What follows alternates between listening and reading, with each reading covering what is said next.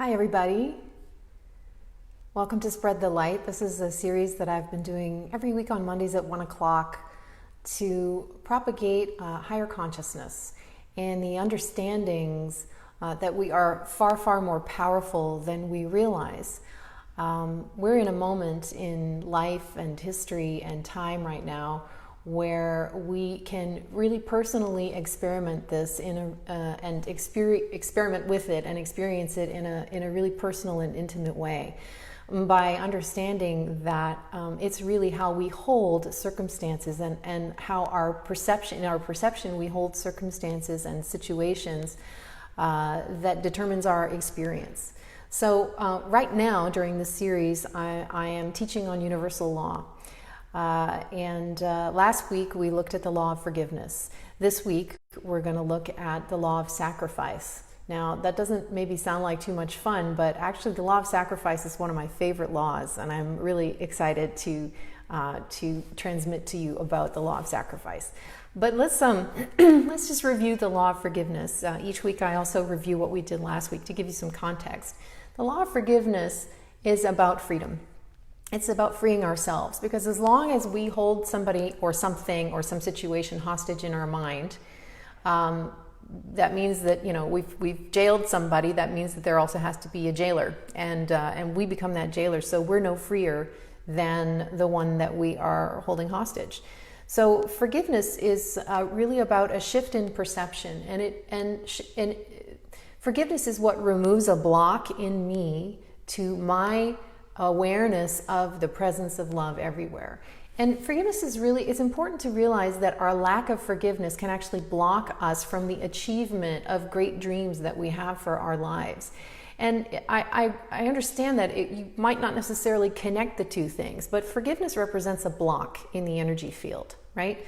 Our resentment, our holding something against someone or something or some situation represents a block in our energy field. And so the good that's trying to reach us has to make its way through that block. It creates a dissonance, and it makes it impossible for us to harmonize with the higher frequencies that we want to harmonize with if we're going to bring forth a greater version of ourselves and a dream. So forgiveness is a really, really key practice.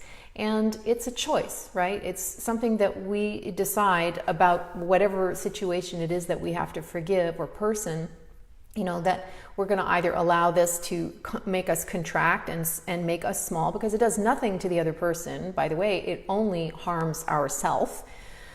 Or we're going to allow that situation or circumstance to be a springboard for our own growth. That's the choice that we make when we forgive someone. It's not about condoning somebody else's behavior or an act or anything like that. It's about deciding how we're going to perceive that, how we're going to view it, and whether we're going to allow it to shape us and make us a greater version of ourselves, or whether we're going to allow that to shake us and take us down.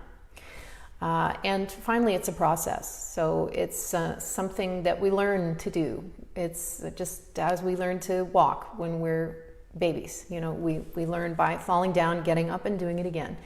And that it's okay to discover that we actually need to continue forgiving something that we thought we had forgiven. We move to deeper and deeper layers with ourselves. So last week I asked you, or invited you to ask yourself each day, what is there for me to forgive today? And to help answer that question, I invited you to consider where you could free someone else and in turn free yourself, because it's ultimately always about you and your own freedom, where you could shift your perception to be aware of love's presence, which is everywhere. And that's not just a nice idea, you guys. It's not just some idea that you get on a Hallmark card. The frequency of love, of unconditional love, is the frequency of the unified field.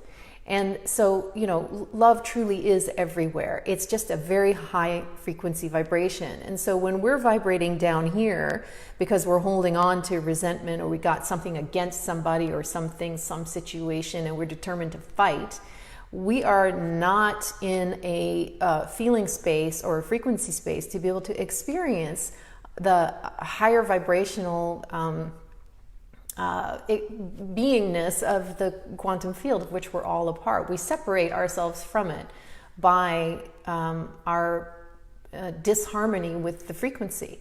So with the frequency of love. So you'll see that, all of this goes back down to the grandmother of all the universal laws, which is the law of vibration, which is that everything vibrates. You and I vibrate, everything vibrates. The whole existence is in vibration, right? And it's a question of there are, infinite numbers of frequencies, and we get to choose what we're going to be in harmony with. That's it. We get to choose what we're going to be in harmony with. So when we refuse to forgive, when we hold on to something, when we close off our heart, we are making a choice to harmonize, to stay with denser frequencies of energy, and it takes away or robs us of our chance to harmonize with something higher that could amplify all of the good that is seeking to reach us. So this week, anyway, if you guys, some of you wrote to me last week after I talked about the law of forgiveness, saying that it was exactly what you needed to hear, that it was a great timely lesson for you at that time, and I'm so glad about that.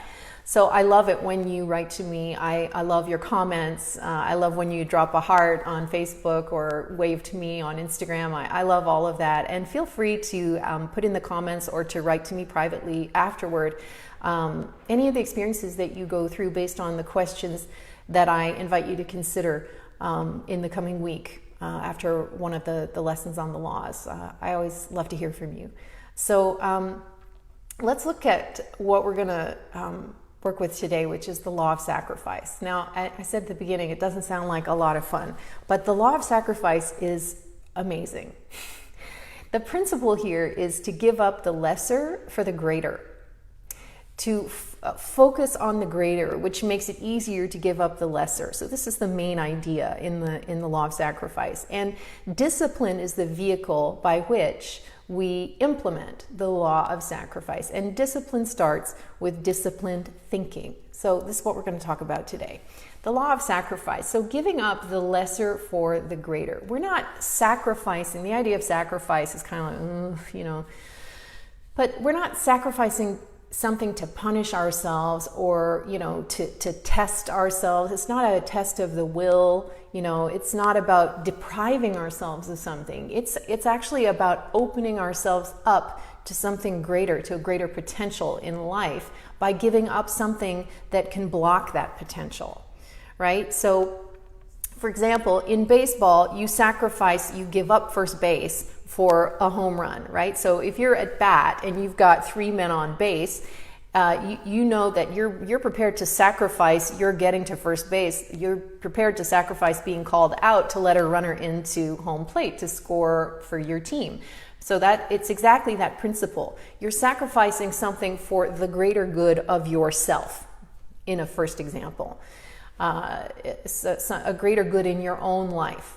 So it's really giving up something of a lower nature to gain something of a higher nature. So if we can look at it in terms of frequency again, lower frequency versus higher frequency. And higher frequency, higher amplitude, higher energy brings far more possibility into your life than the density of these lower frequency spaces that we often spend time in, right? So I'll give you an example from my own life. During this period of confinement, I became aware that I had a habit, and it was something I hadn't even questioned before, but I'd have a habit of getting on Netflix for several hours in the evening, almost every night, because in my mind, my excuse was, well, I work all day, and at night, I just want to not think about anything. I just want to zone out. I even made it like a good thing for myself. But then I started to realize that while I was even just sitting on the couch mindlessly zoning out, my mind was going over to my work. I was thinking about the things that I'm passionate about. And I started to realize that sitting in front of the TV and zoning out was just a habit. And that what I really wanted to be doing, and really what I feel passionately about, is deeply immersing myself in all of the things that I study and teach and transmit and practice myself. And I was feeling a longing to deepen my experience. And I started asking myself, well, how am I spending my time here? I don't know how much time I have. None of us knows how much time we have. We woke up today, lots of people didn't, right? So, I started asking myself, how do I want to use the time? If I add up all the hours that I've spent in my life mindlessly doing something because I thought I just want to zone out, that's a lot of hours. And that's a lot of time that I could be spending doing something, investing myself in what I'm passionate about. And so I determined that I was going to sacrifice a good chunk of that time that I had previously spent zoning out and thinking that that was good for me, and actually invest that time and energy into the study of what I'm passionate about. And so that's what I've done for the past about 5 weeks or so, was when I started to implement that. And I've really noticed since I started doing that, even though there's a part of me, because there's two parts of us. There's always a part of us that wants to grow, that feels that pull towards becoming greater versions of ourselves. And then there's a pull, towards the familiar, right? Towards habits. And, I could definitely feel that there was a part of me that was like, yeah, but, don't you just want to open up a bag of Miss Vicky's and sit in front of the television and not think?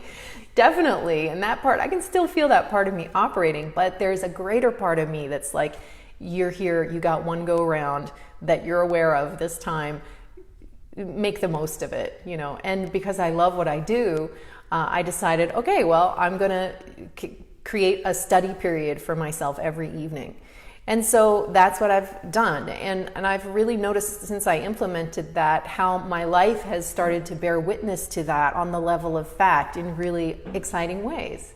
So I'm fine with sacrificing something of a lesser nature for something of a higher nature for me. That's my personal take on it. So you may have already done this. Ask yourself, what's a time in your life where you sacrifice something lesser for something greater, right?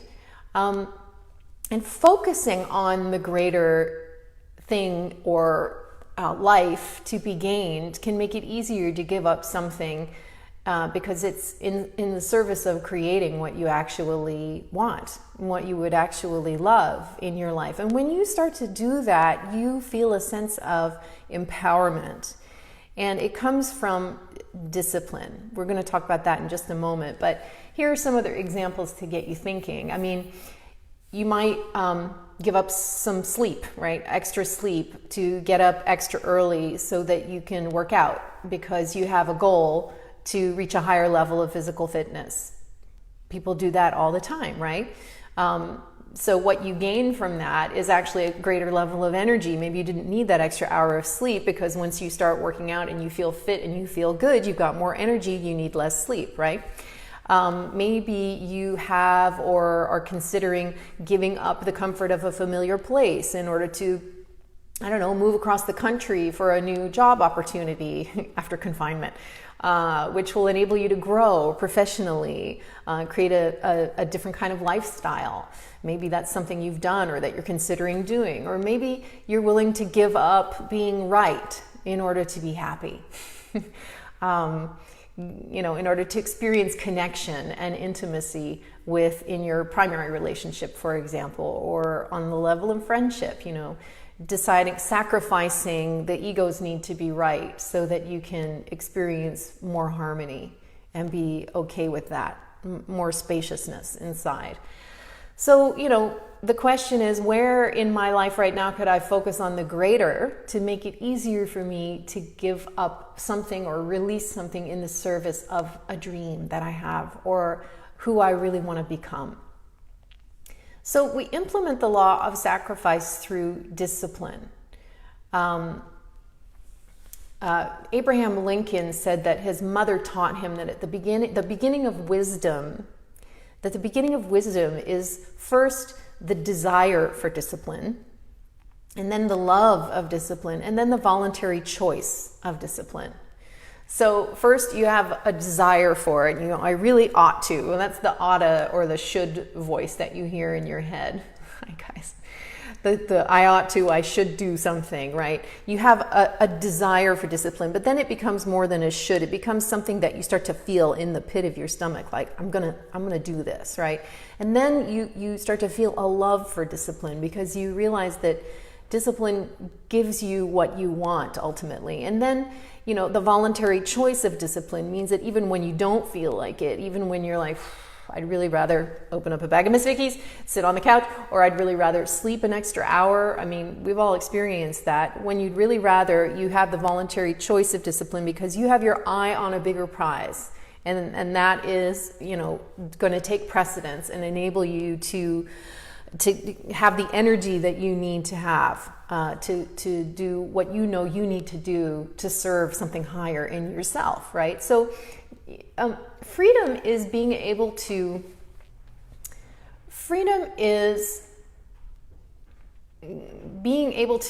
control your life and making it what you want to be. Now, I don't use control is not my favorite word. It's not the word I really want to use in the sense that, you're not rigidly trying to control things from, a perspective of push energy or anything like that. It's just being the master of your space, we could call it. Freedom is being the master of your space so that you make your space what you want it to be. And so anything that you want to become, whether you want to become a great athlete or a great teacher or a great lawyer or a great singer, a performer, whatever it is you want to become, the beginning of that success is the desire for the discipline that you're going to bring to it in terms of your time and thought. And so if you want that sort of rich, radiant, worthwhile feeling of accomplishing something that's really important to you, you're going to have discipline along the way. It's part of it, right? Bob Proctor defines discipline as giving ourselves a command and following through with it. And the more you do that, the more you're able to give yourself a command and follow through, the more you will trust yourself. I've found that to be one of the most valuable things that discipline gives me is that I trust myself. I know that I'm gonna do what I say I'm gonna do.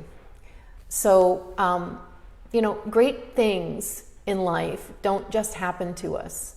We actually make them welcome. We invite them into our space through discipline and dedication and perseverance and intention, setting the stage for the manifestation of greater and greater versions of ourself. And through discipline is one of the major disciplines that we employ in service of what's higher and greater in us.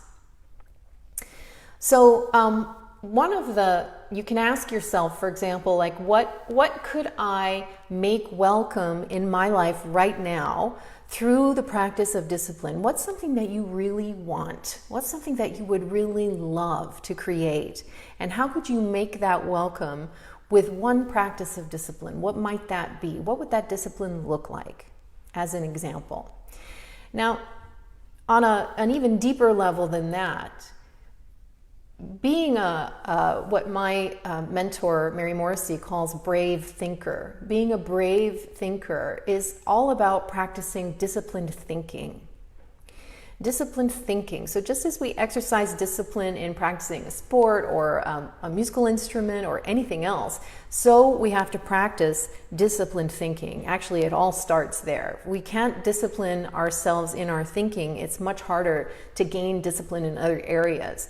So this is what I've really been talking about during this whole series on universal law, is that we are capable of, as Emerson said, standing guard at the portal of our mind. We decide. We get to decide. Nobody else gets to decide what we think, and how we perceive things. So this is a great time to practice mental discipline.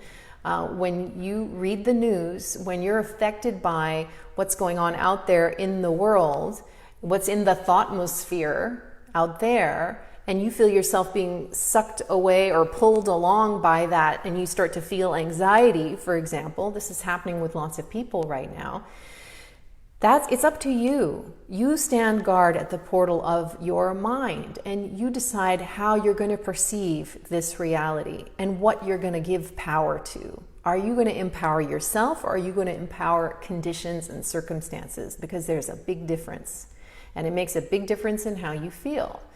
So while Swaddles called this practice thinking in the certain way, thinking in the certain way.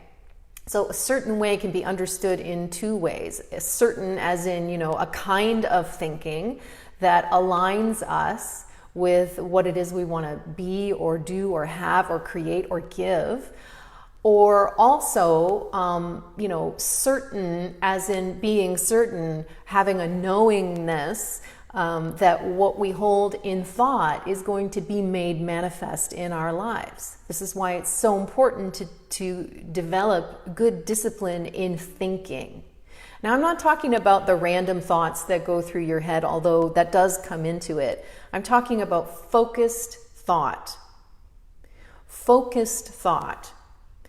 Knowing that what you spend time focusing on, holding solid state on, will be eventually made manifest in your reality if it's coupled with a strong feeling of elevated emotion, high frequency emotion, and served by action in your life. These are the three things, like a triangle, that make it so that you can manifest anything that you want to create. You become a vibrational match to it through this process. And as a part of that, you want to make sure that you only allow into your mind the thoughts that are going to support that, the fruition of that dream, whatever it is. So you have to ask yourself, am I willing to discipline myself to cultivate the habit of giving birth to, of nurturing, of developing expansive, positive thoughts every day? Not just here and there, but it becomes a habit through discipline. That every time you start to tear yourself down or limit yourself or criticize yourself or someone else, right? Because the other person is just a projection of our own criticism, that you catch yourself in the moment and notice what's going on, and then replace that, generate a higher state for yourself through gratitude or some other elevated emotion, and generate positive feeling, positive thought, expansive thought that's in alignment with the higher part of your nature. This is the only game in town, as far as I'm concerned, in this world today. We've got no room anymore for negativity. There is no room anymore for paranoia, for victim stance, for feeling like we're being oppressed from the outside. We've got to, it's essential now that we develop the discipline to learn how to think in a certain way, because that's what gives us the power to be conscious co-creators with divine energy and to create a better world. We'll never create a better world by fighting against anything, by having a war on anything, by being in any kind of lower bandwidth of emotional feeling state. We will not accomplish anything. All we do is harmonize with that lower bandwidth of frequency state, which is anger, fear, scarcity, competition, lack, all of that stuff. It does no good. It's useless. So we can develop the discipline and of expansive, positive thought, so that we can not only ourselves on the personal level create lives that we absolutely love and live in alignment with higher purpose, but in so doing, we elevate everybody on the planet. So this is again why I wanted to run this series. So 3 ways to develop disciplined thinking. Number 1, surround yourself with expansive and positive thinkers. It's the company you keep, right? So it's been said that we're most like in thought, income, and action, the 5 people that we surround ourselves with most often. So if you look around at the people you hang out with the most, you can sort of average the incomes of the 5 people that you hang around with most, for example, and find that everybody's sort of at the same basic level, right? And that applies to thought and action as well. So surround yourself. Who are the people that you can surround yourself with who will stretch your thinking and expand your thinking in a positive way? Who are the people in your life? How can you attract people in your life who are going to see something greater in you than you are sometimes able to see in yourself? and also for you to be able to encourage them to become everything that they can be. This is what I call partners in believing. So the first thing is to surround yourself with people who are expansive and positive in their thought, right? Who see the opportunity, who see the glass half full instead of half empty. And to notice yourself when you are seeing things in a way that, you know, you're looking at what's missing instead of what you have, and how you can focus on that to amplify and grow your good. Second way to develop disciplined thinking is to expose yourself to positive input. So again, what are you feeding your mind with? What are the sources that influence your thinking? So what are you looking at on internet? What are the books you're reading, the magazines, the music you listen to, the radio stations you listen to, the television stations that you're tuned into, right?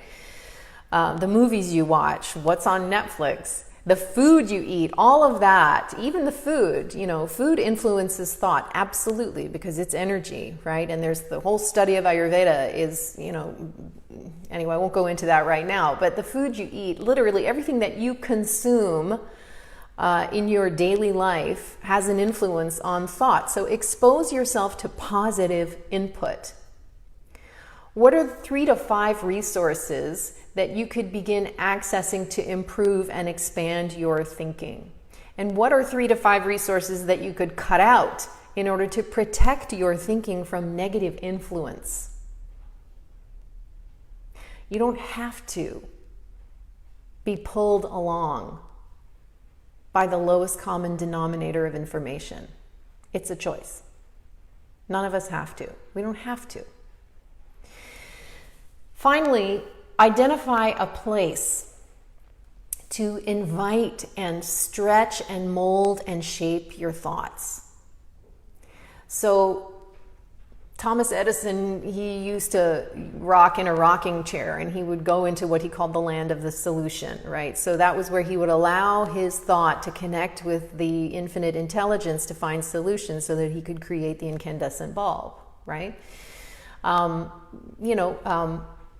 All of the great creators who have given great things to civilization have had a space a space of consciousness where they allowed themselves to invite that connection with infinite intelligence in themselves so that they could manifest through their particular gifts and talents that which was given to them to manifest. And you and I are no different. We also have a gift to give to this world. So identify and create a place where you can do that for yourself, where you can connect with this infinite energy of which you are an integral part. So where do you do your best thinking? How can you build that into your life? Whether it's a meditation practice, whether it's a study period where you devote yourself to reading things that inspire you and open your mind, whatever that is. Those are 3 practices that will really, really support you in developing disciplined thinking. So surrounding yourself with expansive, positive thinkers, noticing what input you're exposing yourself to and making sure to expose yourself to positive input as much as possible, and then identifying a place where you can practice, where you can stretch your mind, and where you can develop a space of consciousness where positive thinking is the name of the game. So this is the law of sacrifice, giving up the lesser for the greater, so that you can invite a greater dimension of yourself into yourself. That dimension is seeking you right now. It wants nothing more than to express itself as life force through you in greater and greater ways all the time. That's what the destiny of all human beings is, whether they're conscious of it or not. So this is the law of sacrifice. These are part of the laws that we align ourselves with in order to live a greater life, in order to invite a greater life, a greater state of being. And we do it for ourselves, and we benefit from it ourselves, but ultimately we're doing it for all of humankind. So if you want to make a better world, you start with yourself. And there is no shortcut to that. Always we start with ourselves. So this week you could ask yourself, where in my life could I focus on the greater to make it easier to release something in service of a dream, that I have? What could I make welcome in my life right now through the practice of discipline? And what would that discipline look like? Those are 2 questions that you can ask yourself this week. Thanks for joining me, all of you. I love seeing your little hearts and things and your hellos and your comments. And I just love seeing you here every week. And thank you also for the messages that you send me in between. I really appreciate those too. Sending love. Love and blessings to every single one of you.